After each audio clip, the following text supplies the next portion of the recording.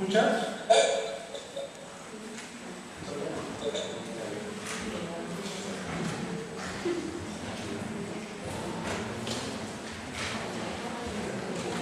Bien. Sí. Soy José Antonio Pérez. ¿Cómo te va? Bien, ¿y tú? Aquí te doy las buenas noches con un auditorio de joven. ¿Ah? Un auditorio que no sobrepasa los 21 años de edad, seguro. El resto, el 5% son de que digo que Aurelio nos ha dado 22 páginas de su currículum vitae. Evidentemente nos la voy a leer, me parece una exageración toda. ¿Ya? Ya, no lo veas. No lo veas. No. Ya. Miguel Altieri es de nacionalidad chilena, es profesor de agroecología en el Departamento de Ciencias de Medio Ambiente, Política y Gestión de la Universidad de California, Berkeley. Es asesor técnico de los socios latinoamericanos sobre agroecología y desarrollo de Santiago de Chile y coordinador general de las Naciones Unidas para el Desarrollo Sostenible del Programa de Extensión, también financiado por Agricultura y Redes. Profesor honorario de la Universidad Nacional de Cajamarca, en Perú, miembro honorario de la Academia Nacional Italiana de Entomología, profesor invitado del Instituto de Sociología y Estudios Campesinos de la Universidad de Córdoba. También ha sido profesor invitado de la Facultad de Agronomía de la Universidad de La Plata, en Argentina, de la Facultad de Ciencias Agrarias y Forestales de la Universidad de Chile, Santiago, y de la Universidad Iberoamericana de Andalucía, La Vareta, etc. Miguel Altieri tiene, según he contabilizado aquí, 220 artículos escritos desde 1978. Por poner un ejemplo, en 1981 escribiste 7 artículos, desde 1982 7 artículos, y el último que has escrito, el que tenemos aquí, es vertiente del pensamiento agroecológico, fundamentos e ideas. Solamente decirte que, bueno, yo creo que con esto es suficiente. Si quieres añadir algo más, yo creo que nos lo veremos más. ¿Te parece? ¿Estás conforme? ¿Está legitimado el currículum? ¿Está todo bien? Muy bien, vale. Bueno, muchas gracias por la posibilidad de hablar con este grupo de jóvenes y unos pocos no tan jóvenes sobre un tema que a mí me interesa mucho, y es que la pregunta: ¿qué nos alimentará un planeta en crisis? Y básicamente lo que hoy en día en el mundo son dos paradigmas que están chocando, ¿no? Un paradigma es la agricultura campesina y la agroecología frente al paradigma de la revolución verde, representado por la agricultura industrial, los transgénicos, los biocombustibles, etc., ¿no?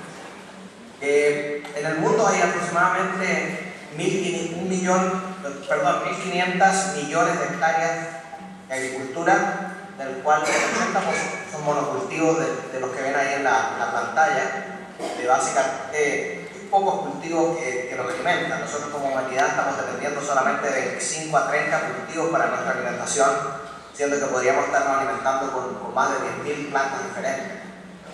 Las premisas de esta agricultura industrial, que hoy día dominan los paisajes del mundo, el 80% de los paisajes agrícolas, fueron premisas que hoy día ya no son válidas, principalmente en las 4 y 5, ¿no? Cuando comienza la revolución verde, se pensaba que la energía, el petróleo, estarían siempre disponibles y serían baratos, y la otra gran premisa es de que el clima sería estable. Hoy en día ninguna de estas dos premisas son verdaderas, y por lo tanto creemos que estamos frente a una nueva época en la cual las premisas sobre las que se basó la agricultura industrial ya no son válidas y por lo tanto tenemos que empezar con nuevas premisas. Ahora, una de las características de estos sistemas agrícolas industriales es que son sistemas impresionantemente uniformes genéticamente y a nivel de especies también, y por lo tanto se los hace muy vulnerables a epidemias de plagas, enfermedades, pero también a las variaciones climáticas. Esta uniformidad en la cual hoy día una variedad, por ejemplo, domina miles de hectáreas, una variedad de maíz, una variedad de soya, una variedad de algodón, se deriva de intereses económicos poderosos, sobre todo de multinacionales, corporaciones que están controlando el sistema alimentario, y fuerzas legislativas condicionadas por las influencias de las corporaciones que incrementalmente, entonces, como les decía, controlan el sistema alimentario. Ahora, para poder contrarrestar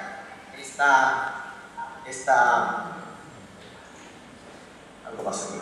Bien, para poder contrarrestar esta uniformidad genética que hace que los sistemas sean tan dependientes de insumos externos y tan vulnerables para plagas, es que hoy en día, por ejemplo, se utilizan a nivel mundial más de 4 billones, o sea, 4.000 billones de libras de pesticidas con un costo enorme.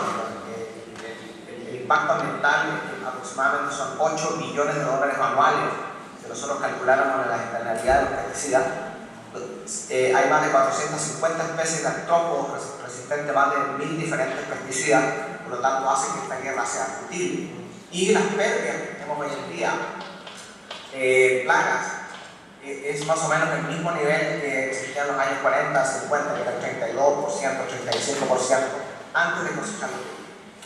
Entonces, esta agricultura tiene muchas externalidades que no se internalizan en el análisis económico de la agricultura industrial.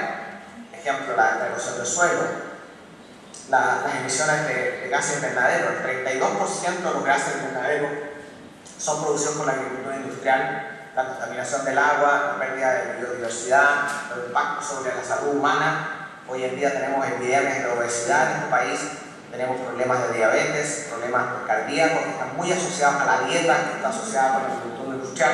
Y bueno, hay una serie de impactos que hacen que el costo real de los alimentos no sean los que estamos pagando hoy en día, sino que están externalizados y la sociedad paga en general.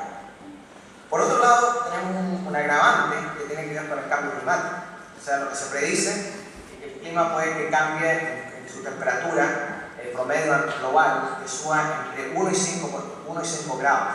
Con solamente 2 grados de incremento, ustedes ven que lo que se predice es que el rendimiento de muchos de los cultivos que nos alimentan, como soya, trigo, etc., van a bajar de forma radical. Entonces, esto se ha visto justamente en Estados Unidos en el año 2012, donde hubo la peor sequía en los últimos 50 años, donde los rendimientos de maíz y soya, que principalmente es transgénica, bajaron entre un 15 y un 30%.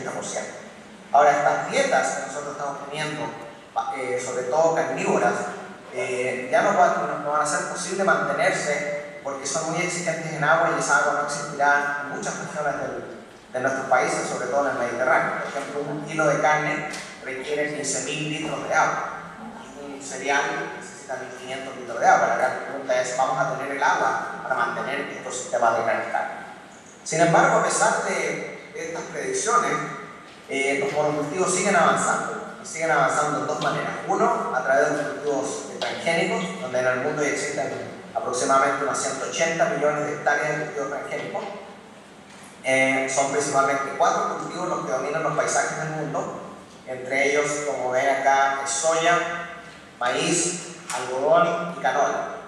Ahora, no existe una hectárea de estas 180 millones de hectáreas que está alimentando a uno de los 1.000 millones de personas que son hambrientas en el mundo, porque los transgénicos siempre se están promoviendo como que son la solución al hambre del mundo.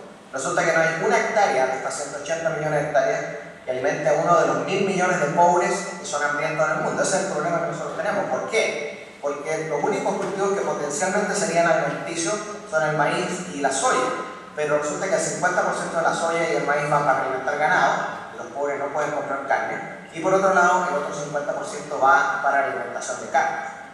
Ahora, los que están promoviendo que que se vayan poco a poco transformando los paisajes de Sudamérica, por ejemplo, en transgénicos, sí, en Argentina, en Bolivia, en Paraguay, en la China. Vean aquí ustedes cómo ellos están importando, cómo se ha incrementado la importación de soya entre el año 64 y el 2004 de forma exponencial, justamente porque ellos tienen una mayor demanda de proteína.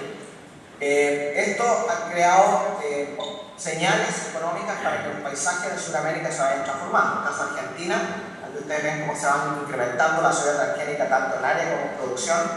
Y esta soya en Argentina, como en otros países del mundo, como Brasil y también Estados Unidos, se producen en un sistema que se llama labranza mínima. Este sistema de labranza mínima, aunque se promueve como un sistema muy sustentable, realmente no tiene nada de sustentable. Por un lado, lo que hace es que la soya transgénica obliga a los agricultores al monocultivo y por otro lado al Roundup. Aquí ven ustedes cómo, por ejemplo, se produce la soya transgénica en Argentina. Primero tienen maíz, pueden tener trigo, después entran con el glifosato, que es el Roundup, ¿cierto? Cuando se cosecha, se deja ahí entonces el barbecho, el residuo, y se siembra la soya que es resistente al herbicida. Ahora, lo que hace esto es que el que entra en el negocio de la siembra directa tiene que también comprar la soya transgénica y tiene que comprar el glifosato y tiene que comprar la maquinaria suficiente para hacer las operaciones efectivas. Lo que ha sucedido en Argentina es que los establecimientos, o sea, la cantidad de fincas ha caído en aproximadamente 60.000 y el número de hectáreas expandido. ¿Qué significa eso? Hay un cierto grupo de agricultores que se están beneficiando, se está produciendo la concentración. ¿Por qué? Porque para entrar en este negocio de la soya transgénica, lo que se necesitan son 500 hectáreas mínimo, lo que crea una economía de escala que va desplazando a los pequeños agricultores de forma incremental. Y bueno, entonces empieza a dominar como herbicida principal, se van eliminando otros herbicidas como el 2,4-D y la atracina, que son bastante tóxicos, y se crea una especie de monopolio del sistema de control de maleza dominado por el Roundup, que también tiene su impacto. Hay efectos ecológicos del glifosato sobre anfibios, pero principalmente lo que produce resistencia de maleza. Aquí ustedes tienen en el sur de Brasil, un agricultor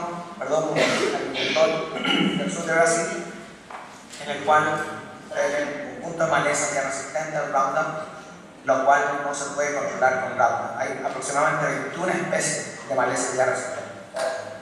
Y también la misma soya transgénica se crea como una super maleza en el próximo año, porque lo que pasa es que cuando se cosecha la soya, ¿cierto? Cae mucho grano y el otro año aparece fuera de lugar de la definición de una maleza, pero tampoco se puede controlar con el Roundup, por lo tanto tienen que recurrir al 2,4-D, lo que está creando lo que se llama la espiral de los pesticidas transgénicos. La segunda corriente que está también asociada al transgénico, porque muchos de estos cultivos que se llaman agrocombustibles están basados en tecnología transgénica, son los biocombustibles. Ahora, ¿por qué hay un boom de biocombustibles? Si ustedes ven aquí, en los países de la OECD, de los cuales España es parte, Estados Unidos, etc., consumen el 50% de la energía mundial. El resto de la energía la tienen que consumir 170 otros países, ¿cierto? Entonces, esta gente necesita cambiar su matriz energética, y lo más fácil es cambiar el líquido. O sea, si fuéramos a solar o fuéramos a eólica, habría que cambiar muchas cosas. Entonces, lo que hay que cambiar es el líquido. Bueno, el líquido se hace con biocombustible, que es muy parecido al petróleo, y sin embargo, estos países no tienen la tierra suficiente para producir los biocombustibles que necesitan y tienen que buscar nuevas fronteras agrícolas. ¿Dónde están estas fronteras? En África y en Sudamérica.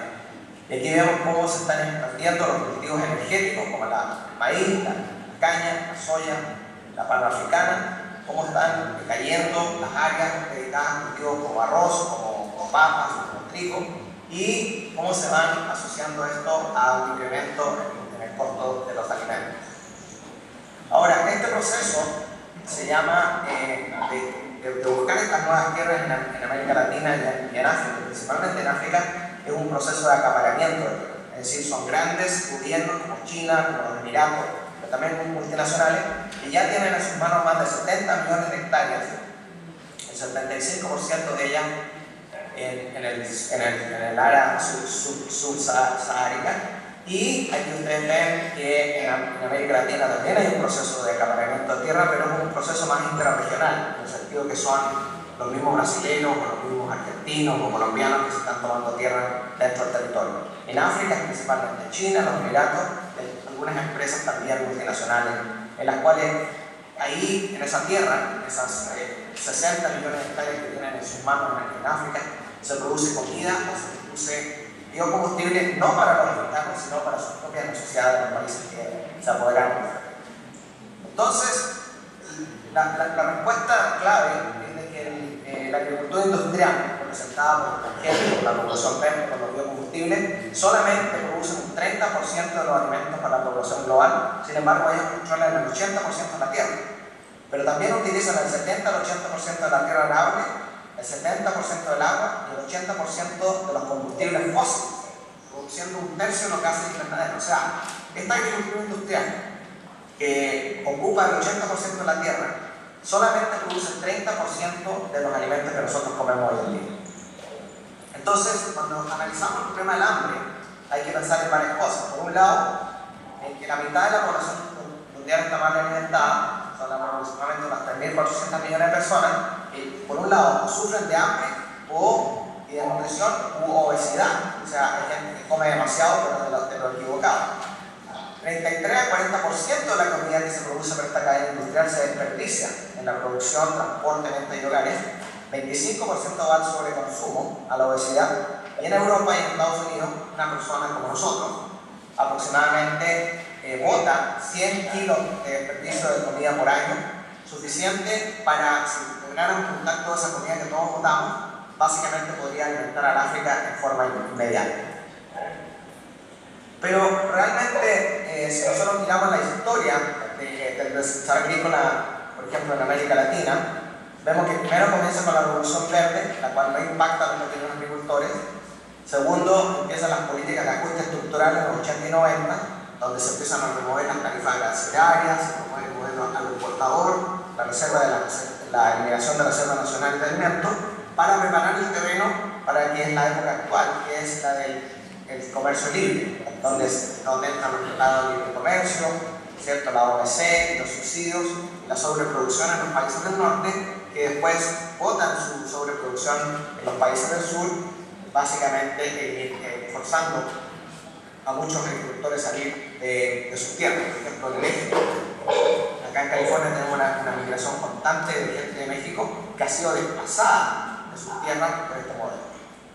Entonces podríamos pensar que las causas próximas del hambre se deben a cosas como el cambio climático, hay más sequías, hay mayor consumo de carne en India, China y Brasil, hay bajas reservas de grano, el alto costo del petróleo o los agrocombustibles, etc. podrían ser como causas muy próximas, pero realmente las causas raíces del problema del hambre es un problema estructural en el sentido de que el complejo alimentario está controlado por un grupo de multinacionales que serían los mercantes procesadores de grano, las empresas de semilla y ingeniería genética, los supermercados y distribuidores como Walmart, Carrefour, etc. Y vemos que estas multinacionales que controlan el sistema alimentario controlan el 80% del grano y más de la mayoría de las semillas. Entonces aquí tenemos un ejemplo de cómo 4 o 5 corporaciones controlan las industrias de semillas a nivel mundial.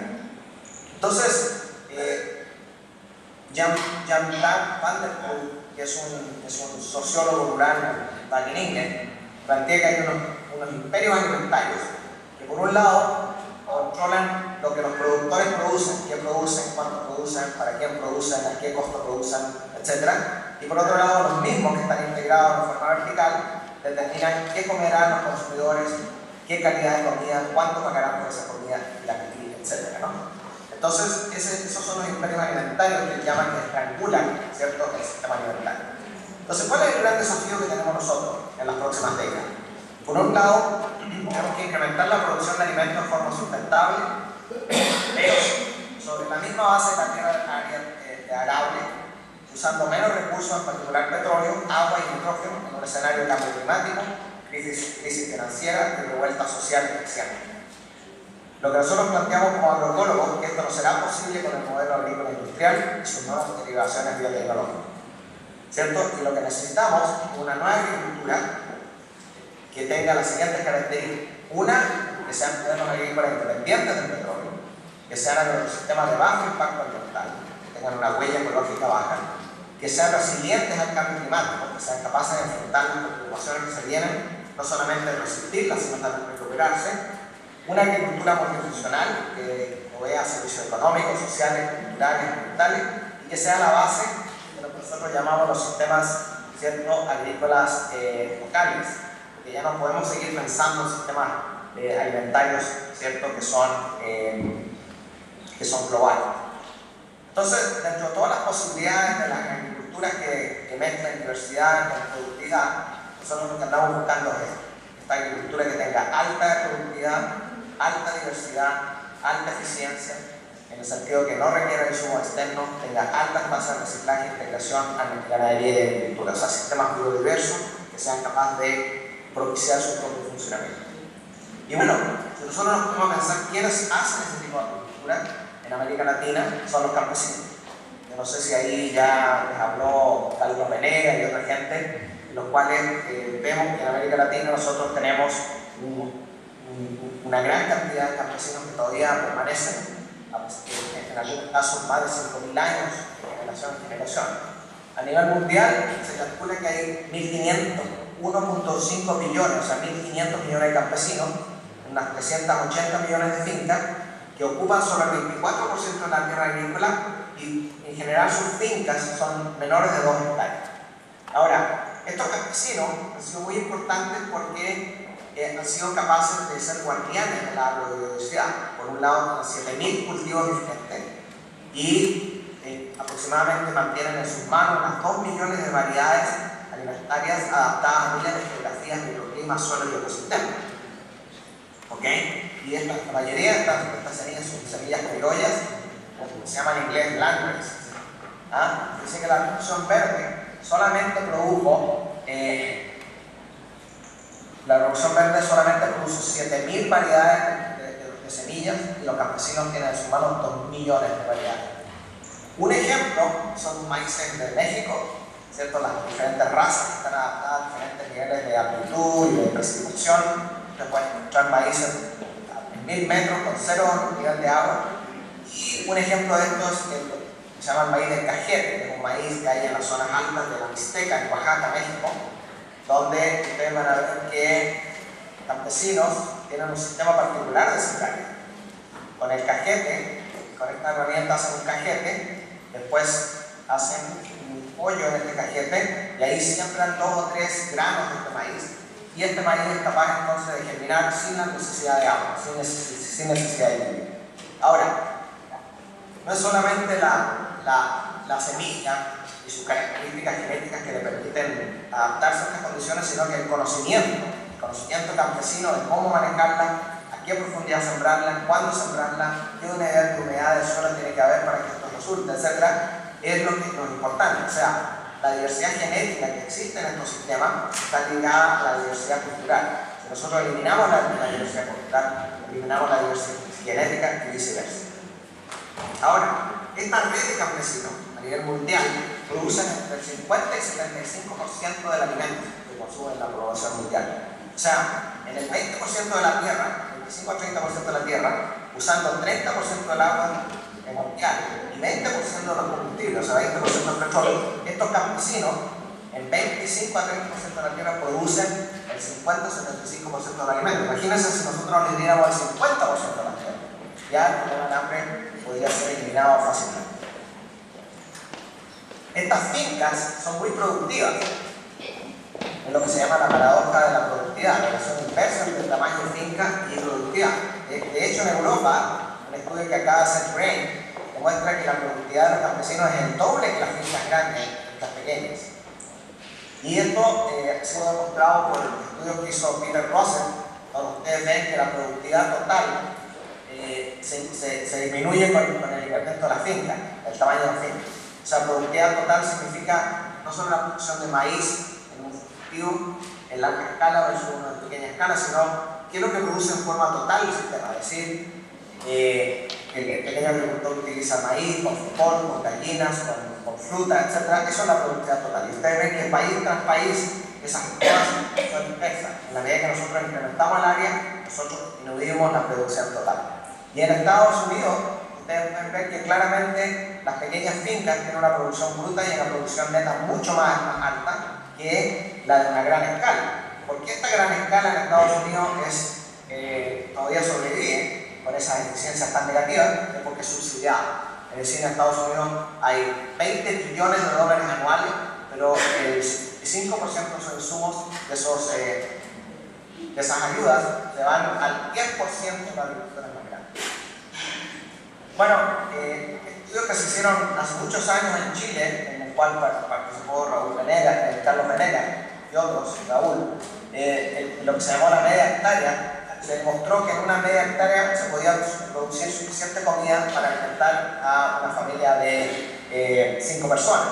Aquí ustedes ven las producciones en la rotación, en el huerto familiar, los frutos que se producían alrededor de la finca, la leche, la carne, los huevos, 2.500 huevos. Y básicamente lo que demostró es que ustedes podían básicamente no solamente ser autosuficientes, sino también vender esa sobreproducción, porque no se puede comer todo esto en una familia de 5, y sacaba a la gente de la pobreza. Los estudios que se han hecho en las milpas, o los sistemas integrados, intercalados de maíz con frijol, calabaza en México, demuestran que estos sistemas son mucho más eficientes y productivos si nosotros calculamos lo que se llama el LER, que es el uso equivalente de la tierra. O sea, si ustedes, por ejemplo, aquí vieron anteriormente este cuadro, el maíz produce 4.000 en monocultivo, 3.000 en intercultivo, el frijol produce 1.000 en monocultivo y 750 en intercultivo. Pero esto no se calcula sumando, sino que se aplica lo que se llama esta fórmula.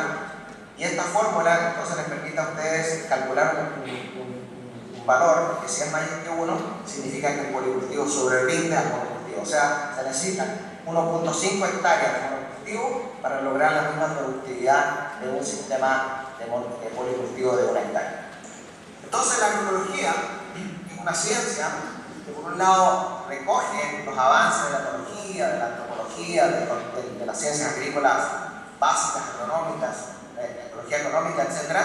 Y crea un diálogo de saberes con el conocimiento tradicional de los agricultores. O sea, este conocimiento milenario que ha guiado, ¿cierto?, la creación de esta agricultura de pequeña escala tan eficiente, ¿cierto? Y este diálogo de saberes derivan principios. O sea, la agroecología no es un conjunto de técnicas, sino un conjunto de principios que cuando se aplican toman formas tecnológicas específicas. Es decir, allá en España, en Andalucía, para tomar una forma, los principios, en la zona que están ustedes, van a hacer otras formas tecnológicas, pero para que estas formas tecnológicas, en las cuales los principios de biodiversidad, de reciclaje, de activación de la biología del suelo, etc., estas formas tecnológicas sean relevantes para los agricultores, tienen que ser el resultado de una investigación participativa, en la cual se integre el conocimiento moderno, el conocimiento de los agricultores.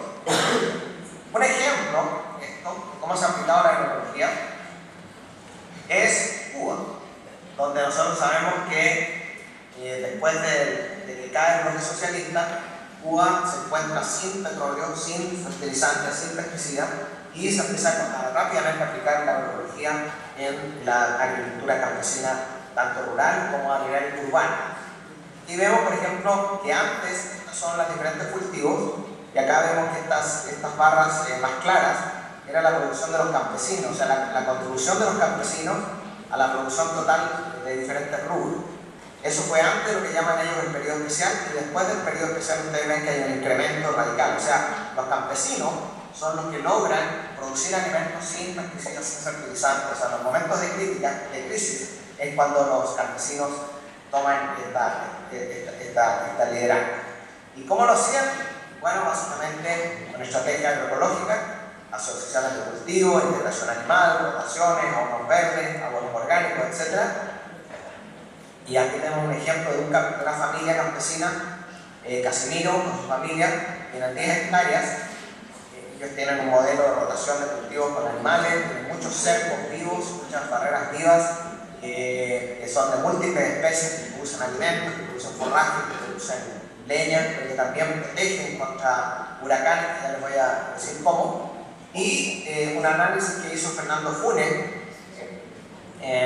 uno de los colegas cubanos que nosotros tenemos que trabajar mucho en agroecología, demostró que este sistema era capaz de producir suficiente proteína, 1 hectárea para alimentar 34 personas y suficiente carbohidratos para alimentar a 11 personas con la producción de 1 hectárea. O sea, con 10 hectáreas él es capaz de alimentar a 340 personas por año y con una eficiencia energética de 30, es decir, coloca 1 kilocaloría y saca 30, eso es un nivel altísimo. La agricultura industrial en Estados Unidos tiene un promedio de eficiencia energética de 1.5. O sea, meten una y sacan 1.5. Este tipo es 20 veces más eficiente la agricultura industrial. Ahora, estos arreglos así de sistemas agroforestales y la presencia de estas ¿cómo se llaman? Ventanas cortinas con vientos, son esenciales para resistir el impacto de huracanes.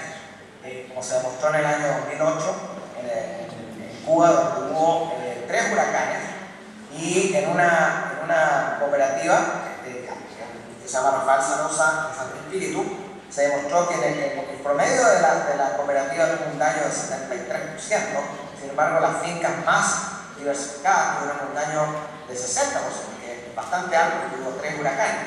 Lo más importante, sin embargo, es que los sistemas más diversos de esa cooperativa, como el número 3, se recuperaron mucho más rápido su producción que los otros sistemas. Porque la resiliencia tiene 2 dimensiones, una es la resistencia al shock y la otra es la capacidad de recuperación. Entonces vemos que estos sistemas son mucho más resilientes. Han habido varios estudios que se han realizado en América Latina y en Centroamérica, donde después de Mitch, los campesinos que adoptaron monocultivos impulsados por políticas de agroexportación sufrieron muchos daños, como eran estos derrumbes acá. Eso fue el principal impacto a la zona de ladera.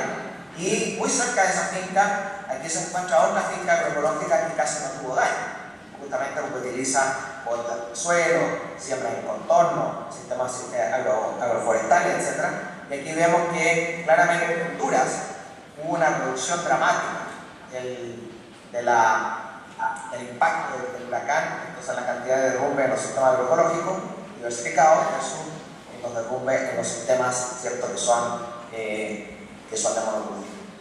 Y en otros países, como por ejemplo en la Huasteca, en los llanos orientales de Colombia, en la Huasteca mexicana, donde se ha gastado demasiado dinero para impulsar pastos de alta producción, bueno, estos pastos sí producen bien cuando hay agua y cuando hay nitrógeno, pero cuando viene la sequía, como en este caso, eso es lo que sucede, se pierde eso, se pierden los animales, pierden más de 250.000 cabezas, por ejemplo, en Colombia, y los únicos sistemas que permitieron que el ganado continuara activo y produciendo fueron los sistemas silvopastoriles, que desarrolla una ONG que se llama CIPAD en Colombia, donde tienen 3 estratos, ¿no? Un estrato de pastos, después tienen acá la leucaena, que es una luminosa, y después tienen otros árboles que pueden ser leucaena y otros, y entonces aminoran la temperatura para aproximadamente 2 a 3 grados, bajan la evapotranspiración, las vacas están produciendo estiércol que aumenta la cantidad de materia orgánica y la retención de humedad en el suelo, y eso permite entonces que la producción de leche, aquí la ven, en el sistema se mantuvo constante en los años, en 2007 al 2013. No importa si había niño o niña, las fluctuaciones que ustedes ven aquí son dramáticas de precipitación, sin embargo la productividad se mantuvo constante. Eso es un sistema realmente resiliente, producto, ¿cierto?, de la agroecología. Entonces, vemos que para poder incrementar la resiliencia de los agrosistemas, solo necesitamos, por un lado, la diversidad vegetal a través de sistemas agroforestales, culturas, diversidad genética, integración animal. Necesitamos también que el paisaje sea diverso, como en el caso de las cortinas de monte viento en Cuba, y también se necesitan técnicas de manejo de suelo y de manejo de agua, sobre todo incrementar el contenido de materia orgánica a los suelos, la cobertura de los suelos y también la cosecha del agua, un tema que a veces esta agua es escasa en la mayoría del año, pero en 2 meses cae en grandes cantidades, entonces es necesario cosechar. Bueno, entonces la agroecología, realmente basada en el conocimiento tradicional de la estrategia campesina, hoy en día la agroecología ha sido tomada por los movimientos sociales rurales como la vía campesina y la ha transformado en uno de los pilares fundamentales de lo que ellos llaman la soberanía alimentaria. O sea, la soberanía alimentaria es una estrategia en la cual consiste en el derecho a producir con precios justos, ¿cierto? Pero que prioritariamente responda a las necesidades de los mercados regionales y nacionales para los vecinos nacionales. Primero, alimentos para alimentar la población local y nacional. Ahora, si sobra algo, bueno, se podría entrar en los mercados internacionales. También plantea que es necesario hacer una reforma agraria en la que se quiere que también esta agricultura campesina se optimice con las prácticas agroecológicas y este modelo entonces consiste en promover políticas a favor de la agricultura campesina y familiar, la defensa del mercado nacional contra el dumping y los tratados de libre comercio, o sea que los gobiernos consideran la agricultura campesina como estratégica para la soberanía, reforma agraria y, por supuesto, la parte agroecológica. Todos estos elementos son necesarios y uno funciona por sí mismo.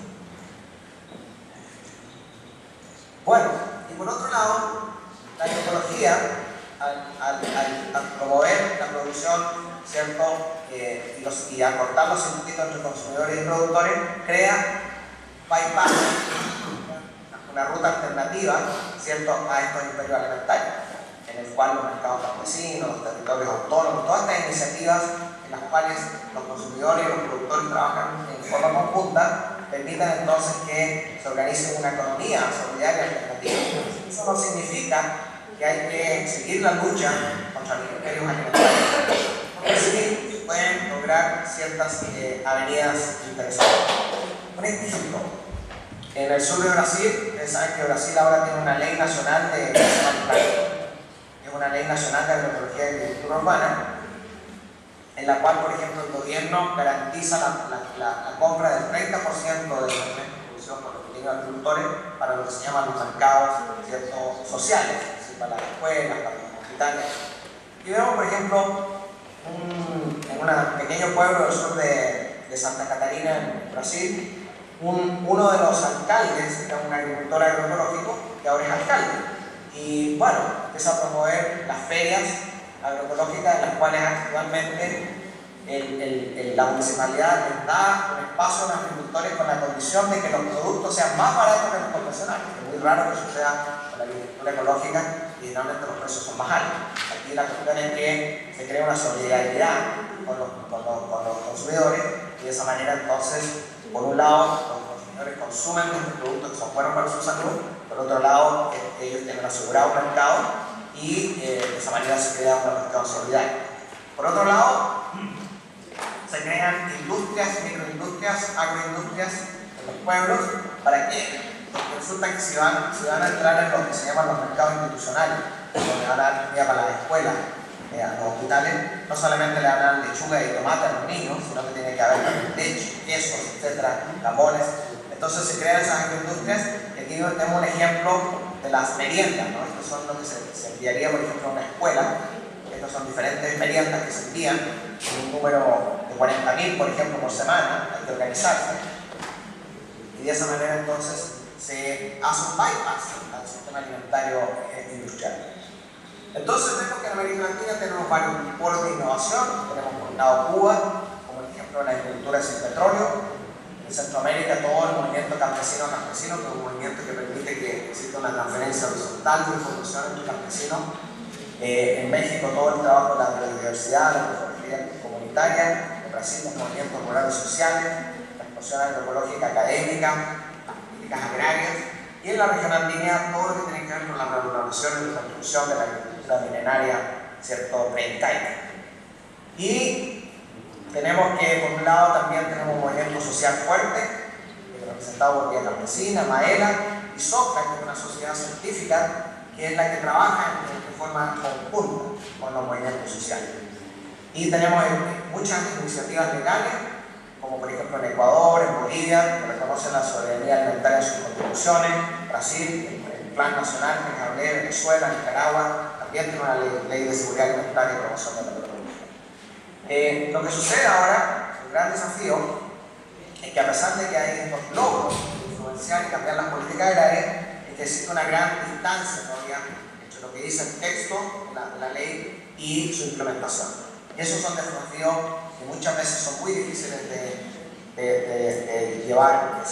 sobrellevar, porque por un lado tenemos ciertos grandes intereses que se oponen a la aplicación de la ley, y por otro lado a veces tenemos cosas tan burocráticas como el hecho de que si se hay una ley, ¿cierto?, de agricultura, de agroecología en un país, el que se encarga de implementar esa ley generalmente es el Ministerio de Agricultura, pero el Ministerio de Agricultura, el 90% de los empleados fueron formados en la Revolución Verde y no tienen una formación agroecológica. Entonces hay todos unos desafíos en la implementación.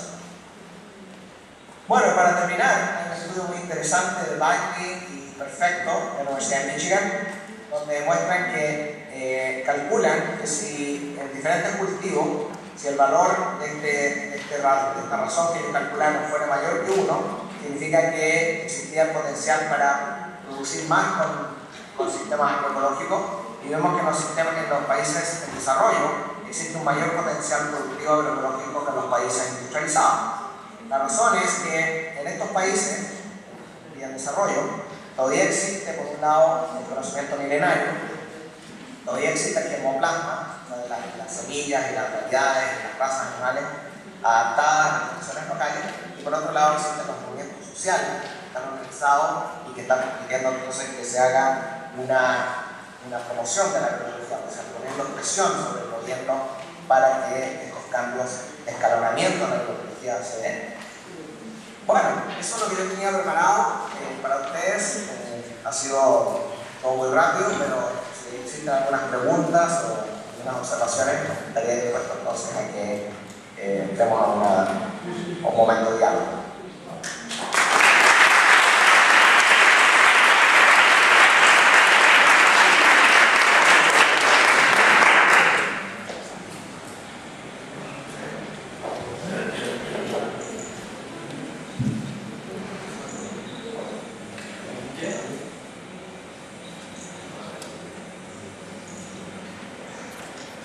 Miguel, buenas tardes, Miguel. ¿Me oye? Aquí no.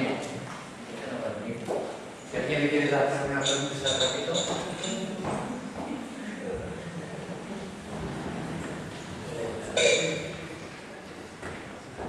Miguel, buenas tardes. Buenas tardes. Bueno, ha quedado muy claro la intervención que nos ha hecho y tiene todos los asombros, pero no sé qué pregunta. Insisto, ¿alguna pregunta más? Bueno, pues agradecemos que a esta hora temprana en el cielo de Estados Unidos nos haya expresado esas ideas. Son las 11 de la mañana. Repartiremos esa transparencia que me han enviado para que no solamente tengamos la palabra, sino también el texto escrito de lo que nos han enviado. Bien. Muy bien.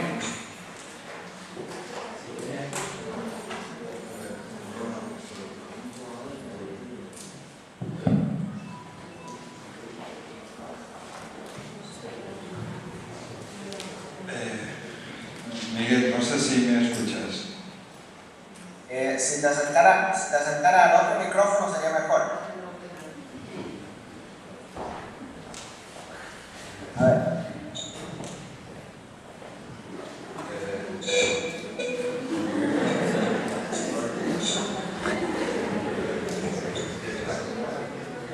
Miguel, ¿me escuchas bien? Sí, sí. Ahora sí. Bueno, mi nombre es Isidro Carmona.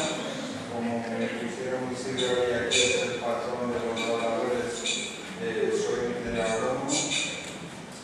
Me considero experto en agricultura convencional, pero me ha encantado tu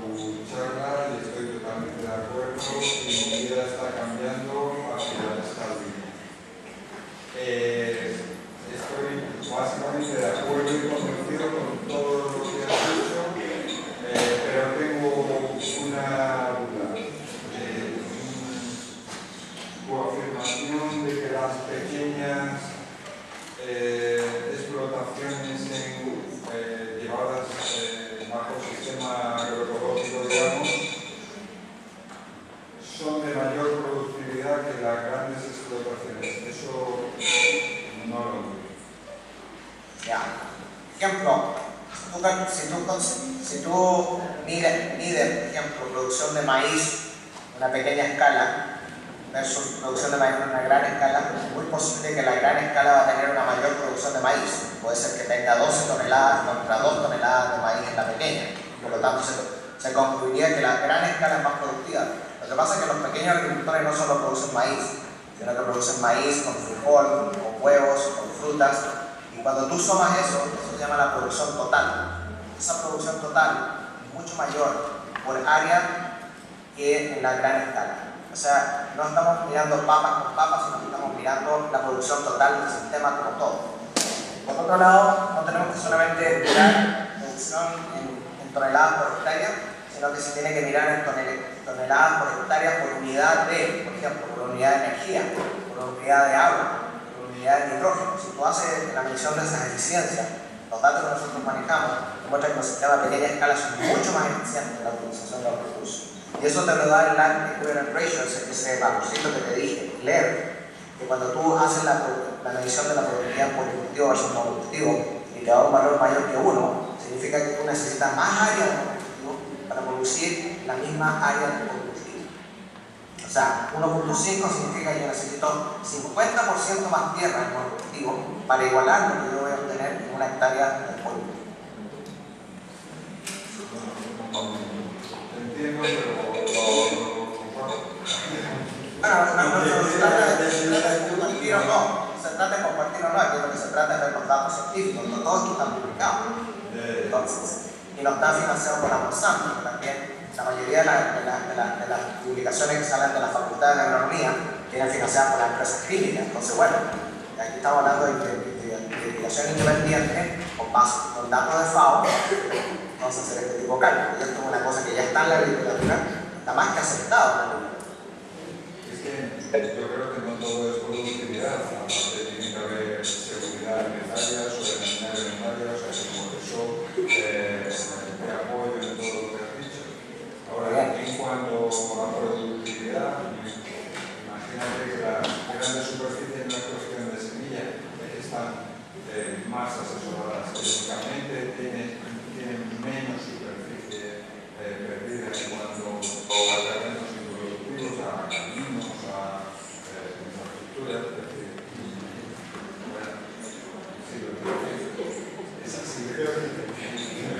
La otra cosa que también te dije es que la agricultura industrial no está dedicada a la producción de comida. O sea, ellos están interesados en producción de biomasa. En estos momentos, si tú miras la cantidad de tierra en manos de la agricultura industrial, muy poco están produciendo comida. Están produciendo básicamente biocombustible, están produciendo bioplástico, están produciendo biomasa. Eso es lo que les interesa. Entonces, si tú vas a Sudamérica en este momento, te das cuenta que es soya. ¿Pero soya para quién? Para los chinos. ¿No? Ni siquiera para Sudamérica. Estamos hablando de millones de hectáreas. Entonces, la pregunta que yo quise abordar en tu plática era: ¿quién es el alimento? Los que nos están alimentando son los pequeños agricultores, no la agricultura. Necesita que produzcan más